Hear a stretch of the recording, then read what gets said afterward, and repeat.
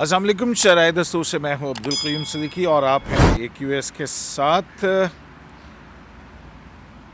آج دو خبریں آپ کے ساتھ عدالتی حوالوں سے شیئر کریں گے۔ ایک تو آپ کو یاد ہے اور سب کو ہی پتہ ہے کون ہے وہ زیرو پاکستان کے اندر کے جس کو یہ نہیں پتہ کہ 27ویں آئینی ترمیم آنے سے پہلے ججز کے جو خطوط آئے اور پھر اس کے بعد دو جج صاحبان نے سپریم کورٹ کے استعفیٰ دے دیا۔ اس کے بعد فل کورٹ میٹنگ بلانے کی بات ہو رہی تھی اور پھر وہ فل کورٹ میٹنگ ہوئی۔ اس فل کورٹ میٹنگ کے اندر کیا ہوا، ایسا کیا ہوا تھا کہ وہاں پر ایک دم سے کھلبلی بہت مچی۔ اس کھلبلی کے حوالے سے آپ کو آگے چل کے بتائیں گے۔ اور دوسرا جو ہے وہ ہم آپ کو بتائیں گے کہ مخصوص نشستوں کا جو آپ کو پتہ ہے کہ فیصلہ آیا تھا 8-5 والا، جس کے خلاف نظر ثانی درخواستیں آئی تھیں، اور پھر 7-3 سے جو ہے وہ اس کی ججمنٹ آئی تھی، اور جو پہلا جسٹس منصور علی شاہ کا فیصلہ تھا اس کو مسترد کر دیا گیا تھا۔ اس میں جسٹس جمال بندوخیل نے جزوی طور پر ریویو منظور کیے تھے اور اختلاف کیا تھا 41 سیٹوں کے حوالے سے،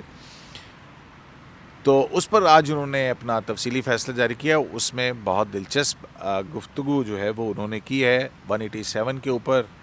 8 جج صاحبان کا فیصلہ جو ہے اس حوالے سے کہ کیوں اس کے اوپر ریویو کرنا ضروری تھا۔ تو پہلے جو ہے وہ جسٹس جمال بندوخیل جو ہیں وہ ان کے فیصلے کے جو چیدہ نقاط ہیں وہ جو ہیں وہ ہم آپ کے سامنے رکھ دیتے ہیں کہ انہوں نے کیا کہا اس حوالے سے۔ جو جسٹس جمال بندوخیل کا 12 صفحات کا جو فیصلہ آیا ہے اس میں آپ کو پتہ ہے کہ 80 نشستوں کا معاملہ ہے پی ٹی آئی کے، کہ کتنے وہ یا سارے ارکان تھے یا کم ارکان تھے۔ تو 7 جج صاحبان نے تو یہ فیصلہ دیا کہ یہ پی ٹی آئی کے ارکان ہیں ہی نہیں، یہ سیٹیں مخصوص نشستوں کو جا ہی نہیں سکتی، کیونکہ وہ 80 کے 80 لوگ جو ہیں وہ ایس آئی سی کے اندر شامل ہو گئے تھے اور پی ٹی آئی عدالت کے سامنے موجود نہیں تھی۔ تو اب جو جسٹس جمال بندوخیل کا 12 صفحات کا فیصلہ آیا ہے وہ 41 نشستوں کے حوالے سے وہ کہتے ہیں کہ 41 آزاد امیدواروں نے آئین کے تحت ایس آئی سی میں شمولیت اختیار کی تھی۔ 41 لوگوں کا معاملہ کبھی بھی کہیں بھی نہ تو سپریم کورٹ اور نہ کسی اور فورم کے اوپر زیر التوا تھا، اور پھر دوسرے ہی کہ عدالت کے پاس اختیار نہیں کہ کسی امیدوار کی حیثیت تبدیل کرے۔ آرٹیکل 187 کا اختیار لامحدود نہیں، مکمل انصاف صرف زیر سماعت معاملے میں ہو سکتا ہے۔ 41 ارکان کو آزاد قرار دینا اختیارات سے تجاوز ہے۔ اکثریتی ججز نے آرٹیکل 51(6)D کو نظر انداز کیا، اور اسی طرح 41 امیدواروں کے پی ٹی آئی سے تعلق کا کوئی ثبوت موجود نہیں تھا۔ منتخب رکن کسی پارٹی میں شامل ہو جائے تو پارٹی چھوڑ نہیں سکتا۔ جماعت چھوڑنے پر رکن کو آرٹیکل 63A کے تحت نشست سے ہاتھ دھونا پڑیں گے۔ سپریم کورٹ سمیت کوئی اتھارٹی ووٹ کی حیثیت یعنی اس کی پارٹی کا جو ووٹ ہے وہ تبدیل نہیں کر سکتی۔ 41 امیدواروں کو آزاد قرار دینا آئین و قانون کی خلاف ورزی قرار دیا، اور انہوں نے کہا کہ 15 دن میں جماعت تبدیل کرنے کا اختیار دینا، آپ کو یاد ہے منصور علی شاہ صاحب نے کہا تھا کہ 15 دن دیے جاتے ہیں، آپ دوبارہ کاغذات نامزدگی جو ہے وہ داخل کر کے کسی بھی پارٹی سے ایفیلیشن اپنی ظاہر کر سکتے ہیں۔ تو وہ یہ کہتے ہیں کہ یہ بالکل خلاف آئین ہے، لہٰذا یہ فیصلہ اس حد تک نظر جو ہے وہ برقرار نہیں رکھا سکتا۔ یہ مین چیزیں تھیں، لیکن 39 ارکان کے حوالے سے وہ اپنے فیصلے پر قائم ہیں کہ وہ ایسے تھے کہ جن میں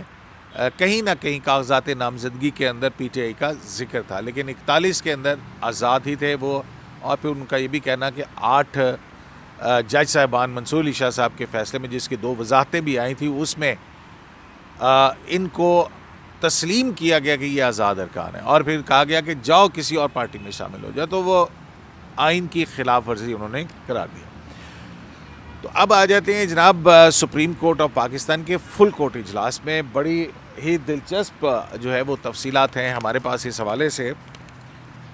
کہ آپ کو یاد ہے کہ جسٹس منصور علی شاہ نے پہلے خط لکھا کہ جناب 27ویں آئینی ترمیم آ رہی ہے اور ادارہ جاتی رسپانس جو ہے وہ دیا جائے، تمام ہائی کورٹس کے چیف جسٹس کو بلایا جائے اور سپریم کورٹ کا فل کورٹ میٹنگ بلایا جائے اور اس کے اوپر 27ویں آئینی ترمیم کے حوالے سے عدلیہ کے اوپر عدلیہ کی مشاورت کے بغیر کوئی ترمیم نہ لانے کے حوالے سے ادارہ جاتی رسپانس جو ہے وہ دیا جائے. اسی طرح جسٹس اطہر من اللہ نے بھی یہی خط لکھا اور پھر جسٹس صلاح الدین پنور نے بھی یہ خط لکھا تھا. ہمارے ذرائع کے مطابق ابھی تک جو کہانیاں آئی ہیں بڑی یک طرفہ قسم کی کہانیاں آئی ہیں. کچھ لوگوں نے میڈیا کے اندر یہ خبریں دی تھی کہ جو بہت سارے ججز جو ہیں یہ فل کورٹ میٹنگ کے اندر مستعفی ہو جائیں گے. مستعفی ہونے کی تجویز آئی تھی لیکن فل کورٹ کے اجلاس کے اندر پہلی بات تو یہ کہ کتنے جج شامل تھے اور کتنے نہیں تھے اس حوالے سے بھی کنٹروورسی رہی. تو جو ہمارے پاس دستیاب شواہد ہیں اس کے مطابق ایک تو 27ویں آئینی ترمیم ہو چکی تھی اور جس دن فل کورٹ میٹنگ تھی اس دن جو ہے وہ جسٹس منصور علی شاہ استعفیٰ دے چکے تھے اور جسٹس امین الدین خان جو ہیں وہ وفاقی آئینی عدالت کے چیف جسٹس مقرر ہو چکے تھے اور ان کے ساتھ جو ہے وہ جسٹس اطہر من اللہ وہ بھی استعفیٰ دے چکے ہوئے تھے. جسٹس حسن اظہر رضوی وفاقی آئینی عدالت میں جا چکے تھے اور ان کے ساتھ جسٹس عامر فاروق ان کے ساتھ جا چکے تھے. جسٹس منیب اور جسٹس عائشہ اس اجلاس میں شریک نہیں ہوئے تھے. یہ ہم نے پہلے بھی بتایا تھا اور اب بھی ہم آپ کو وہ بتا رہے ہیں. تو اس طرح جو ہے یہ جو 23 جج صاحبان تھے ان میں سے 3, 2, 5, 6 اور 1 7 یہ 7 جج صاحبان تو نہیں تھے. اس کے بعد رہ جاتے ہیں 14 جج صاحبان. ان میں جسٹس مسرت ہلالی 15 ان میں جسٹس مسرت ہلالی جو ہیں وہ نہیں گئی تھیں اس اجلاس کے اندر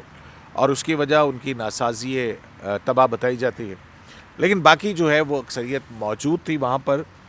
اور وہاں بڑی دلچسپ جو ہے وہ بات چیت ہوئی. ہمارے ذرائع کے مطابق اس فل کورٹ میٹنگ کے اندر جب یہ فل کورٹ میٹنگ ہوئی اور یہ فل کورٹ میٹنگ ہوئی بھی چیف جسٹس پاکستان جسٹس یحییٰ آفریدی کے چیمبر کے اندر ہوئی اور جس میں سپریم کورٹ رولز جو ہیں وہ ان کی منظوری دی گئی تھی 2025 کی. تو جب اجلاس شروع ہوا ہے تو کچھ جج صاحبان نے جو ہے وہ کہا کہ جناب دیکھیں آج ہمارے 2 ساتھی جو ہیں اس 27ویں آئینی ترمیم کی وجہ سے استعفیٰ دے کر چلے گئے ہیں اور آج کا دن جو ہے یہ انتہائی غمزدہ یا غمگین جو ہے وہ دن ہے اور بڑی افسوسناک جو ہے وہ صورتحال ہے. تو اس پر جو ہے وہ پوچھا گیا کیا بات ہوگی, کس بات پہ استعفیٰ دے دیا, کیوں اتنا غمگین دن ہے. تو انہوں نے کہا کہ جناب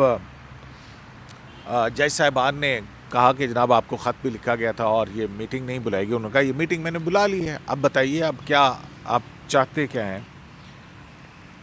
اور اسی حوالے سے پھر یہ بھی کہا گیا کہ جی صلاح الدین پنور صاحب نے بھی آپ کو خط لکھا ہے کہ ادارہ جاتی رسپانس آئے اور یہ ساری صورتحال ہو. تو چیف جسٹس نے کہا کہ جب یہ خط جو ہیں وہ لکھنا مجھے پسند نہیں اور یہ اس بات کا اظہار جو ہے وہ بہت مرتبہ میڈیا انٹریکشن کے اندر بھی وہ یہ کر چکے ہیں. بڑے واضح طور کے اوپر آپ نے نہیں دیکھا کہ انہوں نے کبھی کسی خط کا اس طرح سے جواب دیا ہو. ہاں البتہ جو ایک فل کورٹ میٹنگ بلانے کے حوالے سے تھا 30 اکتوبر کی ایک غیر آئینی جو ججز کمیٹی کا اجلاس کیا تھا اور اس کے اندر جو بات کی تھی پھر اس کے بعد انہوں نے اس کا خط لکھا تھا, جواب لکھا تھا وہ بھی, لیکن وہ ججز کمیٹی کے اندر لکھا تھا. تو جج صاحبہ نے کہا کہ جناب 27ویں آئینی ترمیم سے جو اس انسٹیٹیوشن کے ساتھ ہو رہا ہے اس انسٹیٹیوشن کی وجہ سے بہت بڑا مسئلہ جو ہے وہ ہو گیا ہے. تو اس پر چیف جو کہا گیا